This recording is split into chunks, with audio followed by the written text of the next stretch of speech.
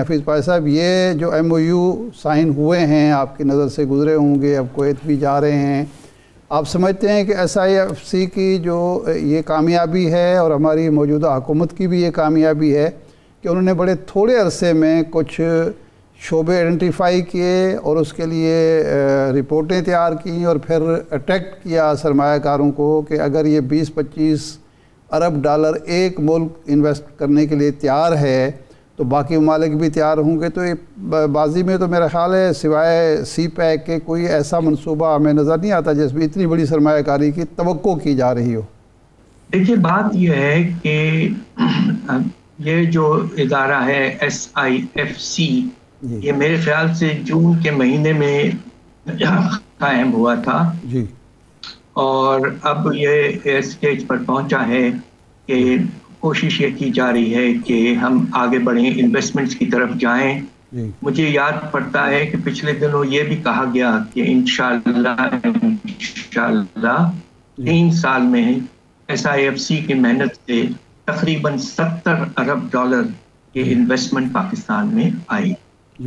یقیناً اگر ایسا ہوتا ہے تو پاکستان کے لیے بہت ہی فائدہ مند ثابت ہوگا، اس لیے کہ اس وقت ہمارے ہاں ڈالرز کی سخت کمی ہے اور ریزروز میں آپ دیکھیے کہ ہر ہفتے کمی جاری ہے۔ مگر سوال یہ پیدا ہوتا ہے، جس طرح آپ نے اینڈ میں کچھ بات کی ہے کہ کیا کنسٹرینٹس ہیں۔ سب سے پہلے جو پریشانی کی بات ہے وہ یہ ہے کہ آپ نے دیکھا کہ پچھلے سال ہم نے جو ہمارے ملک کے اندر ملٹی نیشنل کمپنیز ہیں بہت سے ماشاءاللہ، ان کے جو پروفٹس کی ریپیٹریشن تھی وہ تقریباً روک گئی، صحیح، اور اس میں 80% سے زیادہ کمی آئی۔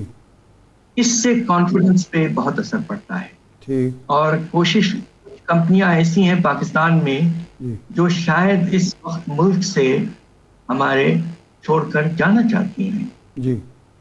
تو یہ ایک طرف دوسرا تصویر ہے، اور آپ یہ بھی دیکھیے کہ MOU ہمارے ہاں جس طرح آپ نے بہت ہی مناسب کہا کہ سائن ہوتے ہیں مگر فالو اپ کے بعد نہیں ہوتا۔ آج ہی خبر آئی ہے کہ ایک سعودی کمپنی نے یہ کہا ہے کہ پاکستان میں رسک فیکٹرز بہت ہیں اور کلیئرٹی نہیں ہے پالیسی پر، تو اس لحاظ سے they have postponed their decision۔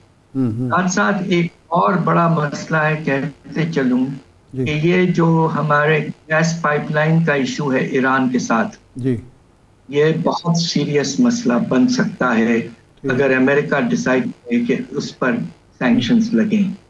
تو اس وقت پکچر کلیئر نہیں ہے۔ ہماری حکومت نے محنت کی ہے، MOUs کی طرف آگے بڑھے ہیں، but MOUs to be translated into actual investment، یہ اصل سوال ہے، اور اب ہمیں دیکھنا ہے کہ اگلی کچھ مہینوں میں ہوتا ہے۔ ہم سب کی دعا یقیناً یہ ہے کہ کامیابی ہو، باہر سے پیسہ۔ پاشا صاحب، جو ورلڈ بینک نے اپنی آبزرویشنز بھی دی ہیں اور سجیشنز بھی دی ہیں پاکستان کی اکانومی کو لے کر، وہ کچھ سوشو اکنامیکل لگتی ہیں، وہ بچوں کی سٹنٹنگ گروتھ کی بات کر رہے ہیں، وہ ایجوکیشن کی بات کر رہے ہیں۔ یہ کتنے امپورٹنٹ انڈیکیٹرز ہوتے ہیں ایک لرننگ ایجنسی کے لیے کہ وہ ان کو بھی رکھتا ہے؟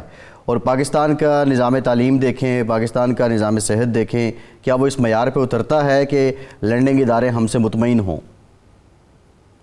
بات دراصل یہ ہے کہ with all due respects، world bank نے ابھی تک پاکستان کے جو 2 شعبے ہیں صحت اور تعلیم میں کوئی خاص انہوں نے پروجیکٹس نہیں لگائے، اور یہ میں اس بات پہ تھوڑا حیران ہوں کہ وہ اس وقت ان چیزوں پر اشارہ کر رہے ہیں۔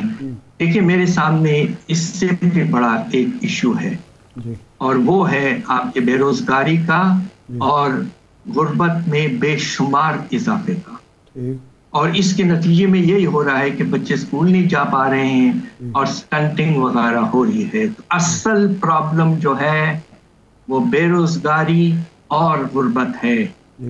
یہ ورلڈ بینک کا اور جیسے ادارے ہیں ڈیولپمنٹ بینکس، ان کا یہی کام ہوتا ہے پاورٹی وغیرہ کی طرف اپنا رجحان رکھیں، جو کہ انہوں نے کوئی خاص نہیں رکھا۔ آپ کو حیرت ہوگی کہ اس سال کے پہلے 4 مہینے میں جو 4 ڈیولپمنٹ بینکس ہیں جن کا پاکستان سے تعلق ہے، world bank, Asian development bank, Asian infrastructure investment bank اور اسلامک ڈیولپمنٹ بینک، یہ 4 بینکوں نے بہت کم پیسہ لگایا ہے پاکستان میں irrespective of their commitments.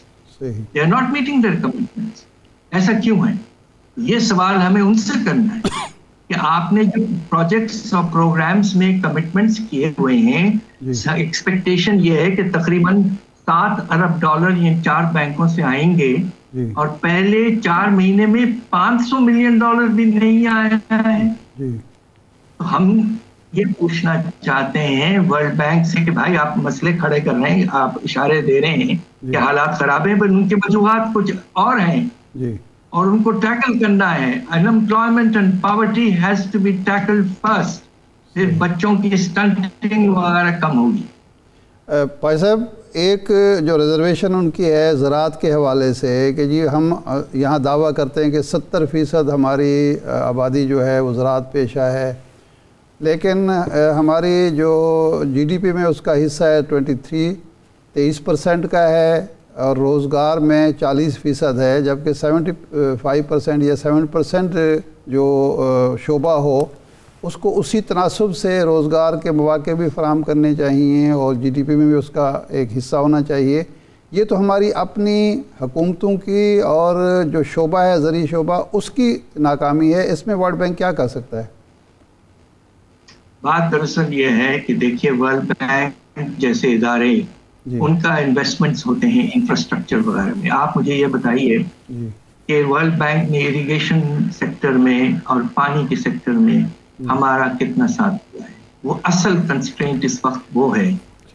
مگر ایک بات یہ بھی کہتے چلوں آپ سے کہ اگرچہ ہمارا زرعی شعبہ چھوٹا لگتا ہے، مگر آپ کو حیرت ہوگی کہ تقریباً 75 سال سے زیادہ کے بعد ابھی بھی ہمارا زرعی شعبہ ہمارے صنعتی پیداوار سے بڑا ہے. یہ حیرت انگیز بات ہے. صحیح.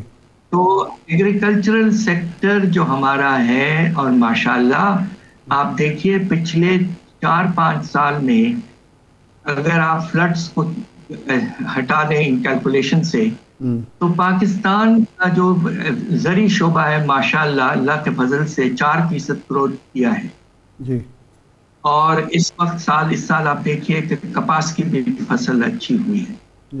آپ کو حیرت ہوگی سن کے کہ پچھلے 4-5 سال جو ہم نے زرعی شعبے میں دکھایا ہے وہ ہندوستان، بنگلہ دیش سے بہتر ہے.